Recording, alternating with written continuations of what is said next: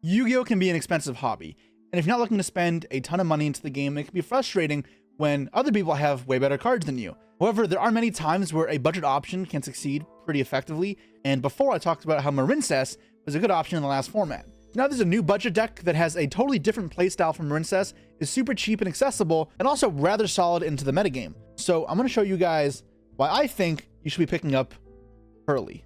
Now, if you guys want to see me bring this deck to locals and have an example of how to play it, then like, subscribe, and again, just let me know, because I'm happy to bring this to locals and do a tournament replay review type thing where I can give you all the explanations behind why I do the choices I do. Now, also, you know, I got my deck sleeved up in Supreme Pros, so go to tsx1.com and use the code potato10, 10% off site-wide. Get these white sleeves, you know, those are my favorite, and they won't do you wrong. Now, you may be wondering, why Purrley? Well, with the release of Rarity Collection 2, all the ultra rares from Amazing Defenders have now been reprinted as super rares and whatever the hell else rarity comes in Rarity Collection 2, meaning they're effectively worthless, like Purrley. And that means that the entirety of the deck is extremely low rarity, split between two different sets. Besides that, you have staples, of course, and you may want to play cards like SP or Zeus. However, those cards aren't integral to the deck.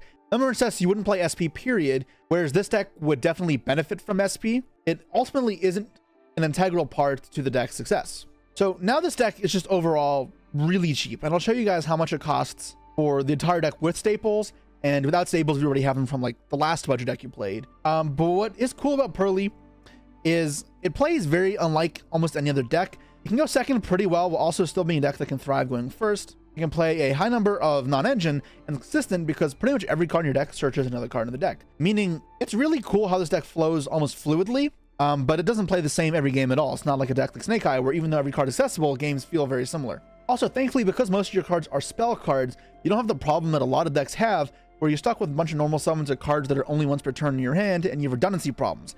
And this deck drawing multiples of cards that aren't your monsters specifically isn't a problem, because barring a few restrictions, they aren't kept at only once per turn. So I'm going to go over what my deck list would look like as a sample deck.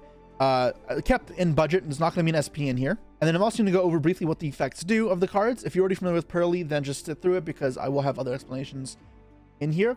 But I do want to give players who are new to the game and wanting to learn a good idea what the deck does. Now, if you're specifically new to the game, I think this deck is perfect because it does have a steep learning curve.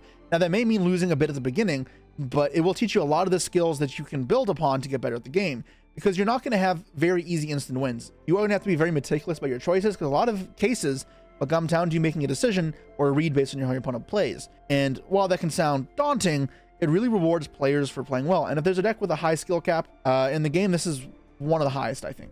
Okay, so let's start off with our Purrley engine here. I'm playing 2 of the black cats and 3 of the white cats. So black cat here, what it does on summon, adds a Purrley card next to hand, except a quick play spell. So we can't add our main engine cards, but it can add another copy of itself. You can add a Purrley, or your continue spell, your field spell, or your trap. And then this one lets you rank up from the grave.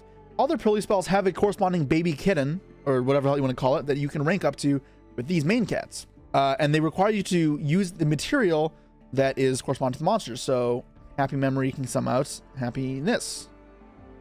Where is it? Happiness.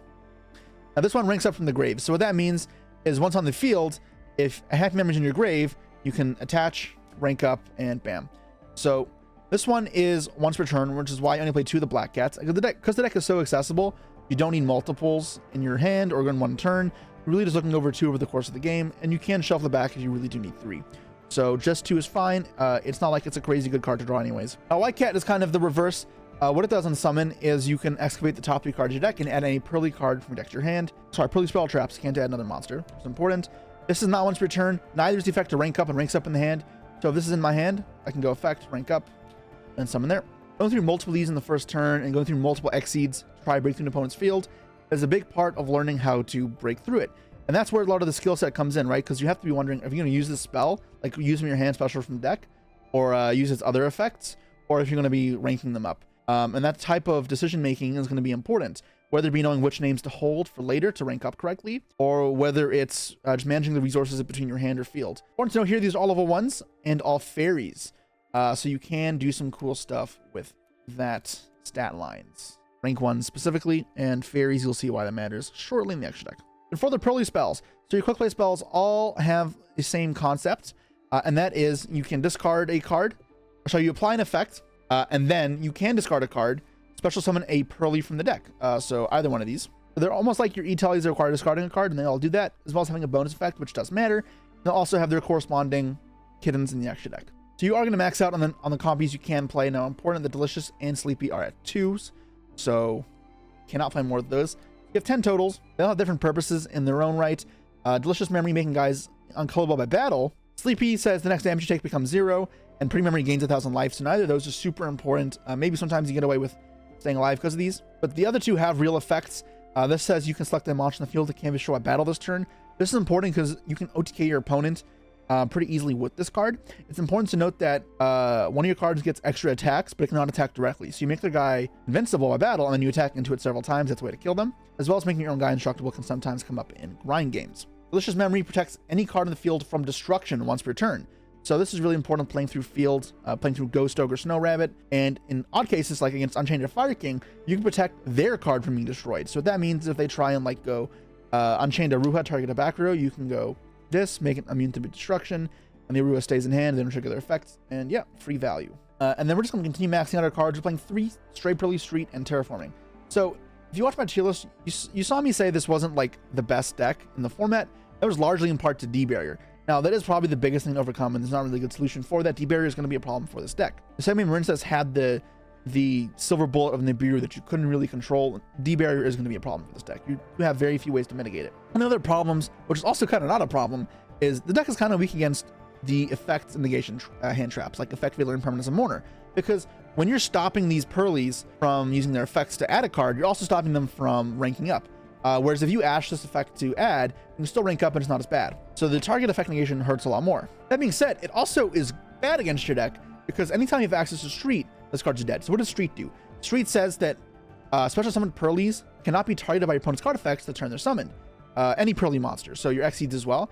So if you have this card, then Mourner, Veiler, Imperm aren't going to be effective. It's a weird dynamic because when you have this card, you really don't care if they're hand traps. When you don't have this card, it hurts. Yeah, that's why you're maxing out the copies here at 4. I think this card is important in this format as everyone is playing a lot of targeting hand traps. What it also does is when your Purrley Exceeds die, it's mandatory, revive or special from the deck any Purrley level 1 from the deck or grave. So that's kind of cool. You'll notice with the next card, an often plan will be to crash your monster into theirs, trigger your float abilities. It has another ability as well that during the end phase, you can attach a Purrley spell from your grave or deck to a Purrley Exceed. And that brings in a topic I actually forgot to talk about. There is one other thing these Purrley spells do. They all have abilities when they're attached to a Purrley XYZ. I don't know why I forgot to mention that because you're incredibly important. Half Memory lets you attack several times. Lets you attack an additional time for each Purrley half memory under it. So if you have 3 of them, you can attack 4 times. You can only attack monsters though. So this just gives whatever it's attached to 300 attack for each material it has. You can get your guys really big. Sleepy gives you a draw during each opponent's standby phases for each Sleepy. So it's very easy to draw cards your opponent's turn. And this is why you'll often go Purrley, attach this in the end phase. So you get an extra draw on their turn, draw into hand traps. And this one is probably my favorite, and that is you can send a card. It gives the Exceed the effect that once per turn you can send a card you control to the grave, target a card your opponent controls, and attach it to your Purrley's material. So it can build up a lot of materials, as well as be removal and solid form removal because it won't put it in the grave and it won't affect destruction. Now, if you have multiple copies, it becomes 2 for turn, or if you like overlay on top of a Purrley with a new Purrley, then it resets the once per turn triggers because it's a very soft once per turn. Yes, and then the last Purrley spell is again maxed out. We are not really doing any innovative deck building here, and that is 3 My Friend Purrley. So this card is nuts as well. You can see there's a lot of power behind these cards. Okay, 500 life points, and you can reveal 3 Purrley cards in the deck. Your opponent randomly picks one out of your hand, and yep, that's why these being a 2 are hits to the deck. You don't guarantee any one of them on the first turn anymore. However, those are the 2 you want going first. As long as you can get one of them, you should be fine, and this will get one of them. It does have another ability though, and that is that one of your Purrley Exceeds is destroyed. You can add 3 Purrley spells with different names from graveyard to your hand. Sorry, quick play spells. That's really strong because between this and Street, if you're able to connect an Exceed, and say it's not the Exceed with the right name because you have to rank up from the hand, you have to summon like this. You could crash, and say you broke through the field, burning through a bunch of spells. I can go, okay, you already had one of these, add back this, then add back this, then revive this. Try add a card, even if you whiff, it's fine. Now you have 3 more cards in hand you can like push with. So that means using the battle phase, but that's where this deck kind of thrives a bit. This one is one of the once per turn ones. However, still 3 of because if you draw it, you'll just search something else. And because all these discards special summon as well, clogging isn't the end of the world because when you have multiples, you can discard the extra cards for something else. You're not really playing in the graveyard engine. Although if you want to lighten up on the non-engine of the deck, you could put more engine in the deck. And rather than like more Purrley cards, because you already play almost max, you just play a different engine alongside it that complements the discards. So it could be Tier Element cards, it could be like Dark World cards, it could be Shaddoll cards. Those are some of the common ones that we've seen being played in recent history. Something that's cool is if you play like a Shaddoll package, is they provide discards via Shaddoll Beast, Shaddoll Hedgehog, Shaddoll Squamata, or even Shaddoll Dragon, which pops a back row. And then if you make any of your cat Exceeds, which are rank 2, you can link it away, plus any of the monster for a Sprite Sprint, send the Tier Element Purrley, and then make Winda. So you can end up Winda on your field, and that's pretty good. And it's not a huge package of cards you have to play. Purrley is not the greatest draw either, but it's fine if you discard Purrley for a effect. It will fuse, which is cool. You can Mud Dragon. So there are like options there, which is why it's kind of neat. I currently think that non-engine is too important in this metagame, and this deck can hold a high amount of non-engine, which is part of why it's viable. So I am taking advantage of that fact rather than playing the supplementary engine alongside it. And then we got Purrley. So you can play more of these cards. OCG likes to play a lot of this, but I am a fan of just one because I think it's too searchable and the games don't go long enough to need multiple. What it does is you can target a Purrley XCD control and then summon one on top of it with a different rank. So you pretty much go from 2 to 7, and you'll see the big cats do in a second. Those kind of where the win condition comes into apparency. And then you can banish it from the grave to target 3 Purrley monsters in your grave and shuffle them back. So you can recycle your Exceeds and your white and black cats if you do run out of them. So you shouldn't really have a problem with resource management in this deck, largely in part to this card. It's also important to note that your opponent uses Dark Charm against you. It is a mistake a lot of the time because you can chain this to shuffle back your black cat. So a big thing that a lot of people make a mistake with. And that is the Purrley engine. It is 22 cards, so you can see why this makes up a fair bit of non-engine possibilities. Now, the terraforming is a bit extra for engine, and then I'm playing 3 prosperities as well, just for consistency. I'm not playing breakers in this deck, so there's argument to this being worse. Over post side, you can put board breakers in that are really good, and this card is even better. And then sometimes there are hand traps that are fine enough when you go second, that prodding into them is okay. I guess specifically it's like Ogre and Imperm that are okay. But yeah, I still think this card is important, especially to see cards like Street, which are, I think, really helpful going first or even going second. So if you count these, then you have 27 engine in your deck. Or sorry, 26 engine. I can't count. Which means you have 14 or 15 on engine. I went to the 15 and just played 3 ofs instead. I'm at 41 cards. You can argue going down to 40 and just cutting down whatever you deem to be the worst non-engine card in here. And then it's just simple hand traps, because I still think these are the best cards, as if you've watched my meta tier list video. So Ash, Veiler, Nibiru, Imperm, Ogre. This deck doesn't have any restrictions in terms of what hand traps can play. Some decks may struggle with Nibiru because they require new monsters in field. This doesn't have a problem with that, so I have no worry there. I think Ogre's good because one weakness this deck can kind of have is IP into SP. It's a really strong play against this deck because the SP will deal with the Street, and then the SP secondary effect can banish the cat trying to rank up. So it trades up very well. And this, while being a hand trap, can also push through IP. So I'm a fan of Ogre in that manner. And then I think it's good versus a lot of decks right now. I've been liking this card more and more. I still think these are probably better hand traps, but I am liking this more than Mourner and Droll right now, if I'm going above 15 hand traps, or above 12 hand traps. So simple deck, 41 cards, nothing innovative, but it should be all relatively budget friendly. And then get into the extract real quick. Let's explain what the Purrley cards do. So the 2 baby cats you summon going first most of the time are Plump and Noir. So each baby kitten will have its corresponding spell, and then it'll have an ability plus the bonus ability it gets attached if it has the corresponding spell attached to it, which in this deck it will, because you're not summoning it via the 2 level 2's methods. Then they also all have another effect. It says when you activate a Purrley spell, you can directly in response chain its ability to attach that Purrley spell to the monster and then do something else. So what this one does is when you use a Purrley spell, you can chain and attach the Purrley spell. So ideally here you can attach another Sleepy or a Pretty Memory to suck up monsters. And then this one sets any Purrley trap from deck. So you can set the Yeep, which will let you rank up to your big cat on your opponent's turn. And that's obviously very strong because you'll see why the big cat's so important. Its other effect is you can discard a card if you target 1 card in the field, or 2 if it has the corresponding one as material, and return them to the hand. So that's not a quick effect. That effect isn't super important, but the biggest thing here is this one going first cards because it gets you access to Yeep. It's important to know the Sleepy Memory here is once per copy and once per monster that it's summoned. So if you have 2 under here, because you ranked up into it, and then you use the field spell in the end phase, and you attach the second one in the end phase, and you have 2 Sleepies, you'll draw 2 cards. And then during your opponent's standby phase, after you've drawn 2 cards, use this to rank up for your big cat. You can use these again, so you can draw 4 cards. And then with the hand traps in my deck, you can see how it kind of spirals into a very strong game state you can't lose. And the big cat's really good. Honestly, even without the draws, you're probably fine. But yeah. So that is Noir. The next one is Plump. It's a one of as well. I mean, you can always recycle these with Yeep, but it's again best used for going first, or used for going second if you have to crash a guy and then add resources back. So what this one does is a quick effect. You can target up to 2 spells and traps in the grave and attach them as material to itself. So it gets kind of big, and that kind of corresponds with Delicious getting attack for each material. However, this has another application, is that you can use it as a bit of an interrupt as well. And that is when you use a quick play spell, you can immediately attach a quick play spell. Then you can banish a monster on the field until the end phase. So it's like SP in that way. And this one, yeah, corresponds with Delicious. What you'll do here is this will help you for going first, because the big cat will require 5 materials under a Purrley little kitten to summon on top. So if you can go like summon this, attach 2 more onto it, and then use the effect to attach, summon the big cat on top, then we are good. Here's your 2 going first kittens. And then the other 2, which we can use going first, specifically Beauty, are these 2. Okay. So you play 2 of these because they're way more important for going second.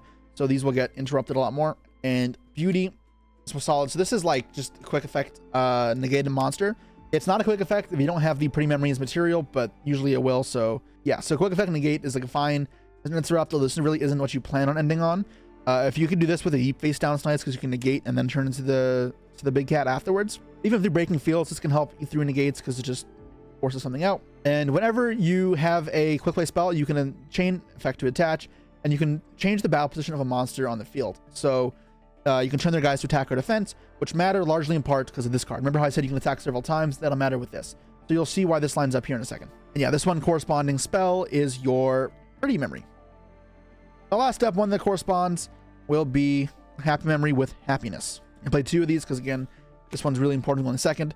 And what this does is anytime it battles, after damage calculation, you add a Purrley spell from deck to hand. So this means if you attack with it, and the guy's in defense mode, which is why you may want to turn the guy to defense, you can add one from deck to hand. You can add this, use the effect to activate, chain the effect to attach, and then extra attack now, attack again. So you can build up materials that way. What it also does is if you have this as material, after it battles, it can half the attack of the monster in the field. And none of that's once per turn. So you can keep going attack, attack, attack, attack, make the guy smaller. And then while you're building up materials, you have this under it, or you search this and attach it. It'll also grow in attack points. So you can get this up like 3k attack, 3k attack, 3k attack. They're dead. So that's why you may want an attack, right? If you make their guy indestructible by an attack mode, and then turn it to attack, or they already left it in attack, you can just attack a billion times. Or if you can't kill them, you turn it to defense mode, or they leave the guy in defense mode, and you attack 4 times, get 4 searches, and then you can play another way. And what it also does is when it attaches, so you activate, you chain to attach, you can turn a spell trap on the field to the hand, which isn't too important, but it can help sometimes clear up the field. So that are all the baby kittens. They're all here. This is obviously really good as Zeus as well, building up materials for like an 8-mat or 6-mat. I don't know, 8 mats is ambitious. Like a 6-mat Zeus, which if you played Zodiac, you should know how powerful that is. And then for our big cat here, we got Double Noir. So there's one other big cat, and that is Purrley Happiness. We don't play that, but Purrley Noir here is your boss monster. So you summon it on top of any of your rank 2 kittens while you have 5 materials under it, or obviously you can use the Yeep to rank up into it. So there's your 2 ways to get this in the field. So what this card does is while it has 5 or more materials, it's unaffected by your opponent's activated effects. So yep, immune towers, which is awesome. And if it has a Purrley level 1 as material, then quick effect, you can detach 2, target a card in your opponent's field or their graveyard, so it's graveyard and field affecting. You can return the card to the bottom of the deck, so premium removal here. And you can see why they get so powerful. At 28 defense, it's kind of hard to kill, even if you don't have the buffs from like Delicious Memory under it. And yeah, I mean, this is like your boss monster, right? Because if you can summon this with like 6 materials on turn 1, thanks to the field spell, draw some cards. You have the triple bounce with an immune guy, so it's really hard to force out these bounces. They can't just like SP and force you to chain. You can just sit there. Or like some decks that don't have outs this period, you could just sit on this for the entire game and they have no outs to it. So very strong card. And you can summon 2 in some game states as well when you go second, because this can build up 5 materials really easily, and then you still obviously get access to this, which builds up materials really easily, and then go bam. So very strong card. That doesn't mean what the Purrley engine does. Now to also help you play through the field, Relinquished Anima and Azalea. So Azalea is your SP replacement. This card is being played in the deck until SP came out, but it's still very good and just requires Light or Darks, and you make it so it's your entire deck, which is super easy. Target a card in the field and pop it. Then if you have 3 or less spells engrave, it kills itself. However, there shouldn't be a problem in your deck. Even if it does, it's fine. Just clear through field, but play through interrupts. Because pretty much as long as one of your good exceeds connects, it's fine. And then if it battles, you can banish a spell in the grave to pop whatever it battles. It's kind of cool. SP is obviously better, but if you don't want to spend $100, this is still a bit pricey. It's like 15, but it is the compromise. So yes. Important to note that I forgot about this is if this battles and it dies in the battle, it can trigger. So sometimes it's good to go like when you have all these up, you can go like crash this in, search 1, add back 3, revive. And you get 5 cards that way, plus the monster field. So you get 6 cards potentially, like, because the Purrley can add back, and then the Purrley counts as a card as well, so you could have 7. Like, that's a 7-card exchange. So that's oftentimes why just breaking through the field is so important, because after there's no interrupts left, you can explode really easily going second because of crashing and how this card works. The only other link I play is the Protector of the Agent's Moon. So this requires 2 fairies, and then you contribute a fairy to pop a card on the field. So your Purrleys are fairies, that's why it mattered. Now, this card is not great, but the reason to play it is because skill drain. This card is a cost. This deck does have a problem with skill drain, but if you get 2 fairies in the field, you contribute itself to pop skill drain. So this is just your way to playing around skill drain there. You do need an answer, otherwise you'll just sit there at your opponent's mercy the entire time, and that's not okay. And then 4 rank 1s, I got Sprite, Princess Sprite, so detach 1, build a top card deck. If it's a spell trap, add it to your hand, which is like fine for extending plays in weird game states. More importantly, it's 1800 attack, so in games where you're playing through fields, you can make this attack over SP and then make Zeus on top, which is kind of cool. Or you can make Nightingale, which attacks directly and can't be destroyed by battle or card effects. Yeah, or can't be destroyed or targeted. That's what it does. And then it's just more Zeus fodder, and then just Tempai is fine as well. And then Zeus is obviously broken, and then Downard because they all, you know, line up with Downard. And then a deck where you get like 4 mat, 6 mat Zeus's off really easily, then yeah, I mean, obviously this card is bonkers. Like there's the point where you can argue playing 2, but in reality, you don't need to. Like your extra deck is kind of tight. So that's the deck. I hope you got a good understanding of how the deck operates. I don't know if you've already played Purrley or seen it played before. It may have been more of a simplification of what things do, but I do want to like urge, this is a great deck for beginners because I think it is not super simple. Now, I mean, that could also be a reason not for beginners, but if you're trying to get better at the game and you have a basic grasp on fundamentals, I think this is where you want to go because it will challenge you and it will improve your critical thinking, your resource management, and it's still good. Now, Barrier will suck to play against. Unfortunately, I think the only decks that can play well against Barrier are like Snake Eye, and that's pretty much it. Every other deck that loses to Barrier is bad. Yeah, while this deck's not perfect, it does have a lot of strengths, and I recommend you guys to pick it up. Now, I'm going to show you what the deck looks like price-wise. All right, so I've now pulled up on TCG Player, and you can see here I don't know why, 58 items in my cart. I think maybe I misclicked and I have a couple extra cards, but the price here, this is including staples, by the way, if you're starting from scratch, is about $115, and that is including shipping here. So not too bad. It's not under $100, and I think part of it is like there are little pricey cards like Zeus is a bit, Imperm is a bit, and from the last video at least, staples have gone up because Ready Collection 2 didn't reprint as many good staples. Another one is fading more into obscurity, or into the past. Some of those staples are gaining in price a bit, but this is still viable. But either way, let's say you own your staples already. Let's see how much this deck would cost, because that matters to a lot of players. Players who aren't like brand new and have, say, even the Marinsys deck from last time. Let's say you already have Effect Veilers. Let's say you already have your Zeus. Let's say you already have Anima, which is a bit pricey. It's not nothing. Say you have an SP already. This one is iffy because it's fine, but say you already have Azalea. Say you already have Nibiru's. Say you have this. And now I'm going to go and just remove all the cards you can conceivably have, right? Terraforming, I expect you to have this. And that leaves us with this package here where I got the agent card. I don't expect you to have that. All the Purrley ranks, the Purrley spells, Purrley monsters, or XYZ set up between a couple packages here. And then I don't expect you to Princess Brite or Downer. Even if you do, like, those are not expensive. But yeah, that's how much this cost. $7 in shipping. I haven't even optimized this yet. It could be cheaper. But yeah, $23 at the shipping. If you already have your staples, this deck costs nothing. Let's see if I optimize it. Can I get under 20? No, I cannot. Looks like it's already been optimized. Wait, what? Okay, my shipping went up and my cards went down, which is funny. But yes, $23 for this deck is really not bad. If you don't have the staples, save up a bit maybe, and you can get there a bit over $100, because Azalea maybe not worth it, Anima maybe not worth it, but like everything else, staple-wise, like Zeus is a phenomenal card. The hand traps, obviously, Prosperity, very, very strong. So yeah, this deck is not worth a lot. So let's go over it. This deck is cute. You're gonna play a cat deck.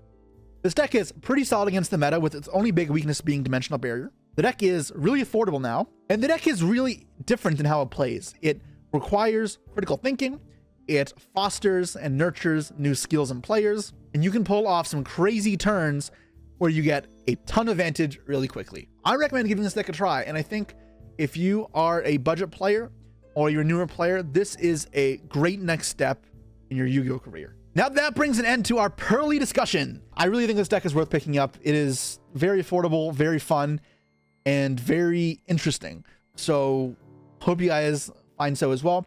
And if you want to see how to play out, because you know it's not the most intuitive deck in the world, then let me know, because again, I'm happy to play this deck at a locals. Like I do with my other locals videos, commentate overwords explaining each of my decisions. So if there's enough support behind this, then I'll do it in the future. Also, if you enjoy me finding budget alternatives for every single format, then please show your support for this type of video, because I'm happy to do it in the future. And you guys really liked the Marincess deck, so I'm going to keep finding new and different style of decks. I don't want to keep showing you hand trap plus normal summon deck every single time, but I'll show you new, different, unique, and viable options for budget decks across each format. Yep, support's appreciated, and let me know what you guys think.